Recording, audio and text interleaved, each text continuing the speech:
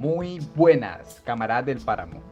Espero se encuentren bastante bien el día de hoy. Para esta ocasión, les traigo un video hablando sobre los invernaderos y los alimentos naturales que podemos producir en ellos, y cuáles deberías plantar y por qué. Los invernaderos son estructuras que podremos construir al alcanzar un nivel muy alto en el juego. Muchos de sus materiales los podremos conseguir en ruinas, pero ten en cuenta que vas a necesitar de un vehículo con gran capacidad de carga. También podremos ir al campamento de supervivientes de Magnitogorsk y aquí podremos comprar los ladrillos rojos y también el cemento. Un punto clave que debemos tener en cuenta a la hora de plantar nuestro alimento son las fechas. Aquí en el video me confundí porque yo estaba acostumbrado a los 4 meses de producción. Después me di cuenta que eran 3 meses nomás. En fin, para poder sacar ganancias con la temporada de cosecha es importante que plantemos a finales de abril o a inicios de junio, para así recibir la temporada de cosecha en agosto. Crea los invernaderos en donde tengas el mejor tiempo de almacenamiento de los objetos.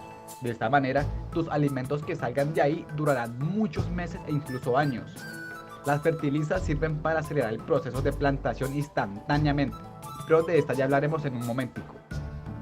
La cantidad de alimento dependerá del mismo, por lo que habrá algunos que te darán más y otros no tanto. Para aumentar un poco la producción hay que tener la perk de granjero. Esta te dará un bono de cosecha de 25% en el nivel 1 y de 100% al nivel 3. A continuación te mostraré cuánto alimento te brindará cada invernadero y qué cosas podemos crear con estos. Mientras tanto, te iré platicando un poco sobre cuáles plantaciones deberías tener en cuenta hacer. Es cierto que podemos montar una de cada tipo y con eso es más que suficiente, porque nos va a durar años.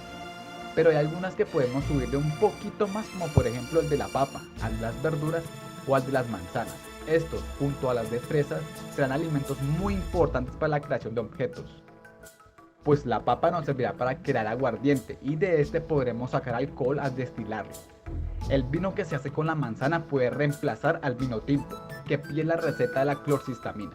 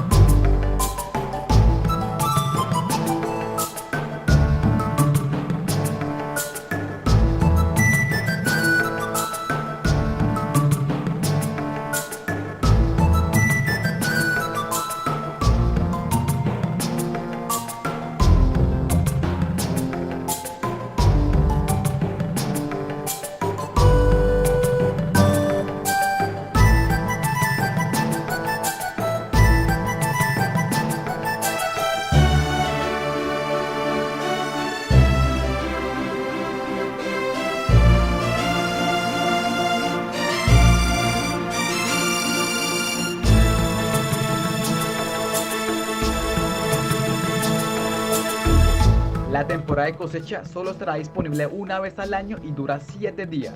Por lo general siempre es en la segunda semana de agosto. Este clima te dará una bonificación de 50% al recoger los alimentos de los invernaderos y también al salir a buscar hierbas, setas o bayas. Así que no olvides lo anterior, planta a finales de abril o a inicios de junio. Así podrás sincronizar la recolección de alimentos con la temporada de cosecha. Crea los invernaderos en tu base principal para que estos te duren un poco más. Las fertilizas son objetos que podremos crear en el campamento de supervivientes de Krasnoyarsk.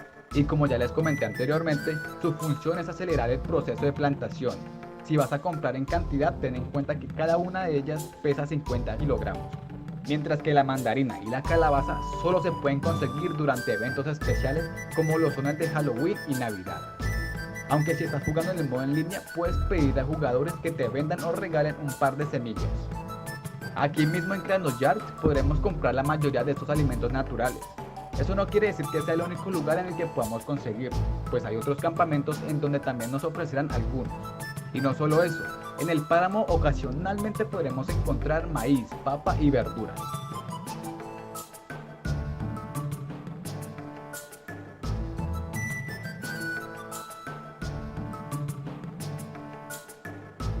Y eso vendría siendo todo de momento, chicos. Cuéntame aquí en los comentarios cuál alimento es el que más usa y consideras necesario. Los leo a todos. Muchas gracias por ver el video. No olvides darle like y compártelo con tus amigos o en grupos. Sin nada más por agregar, nos vemos en el próximo video.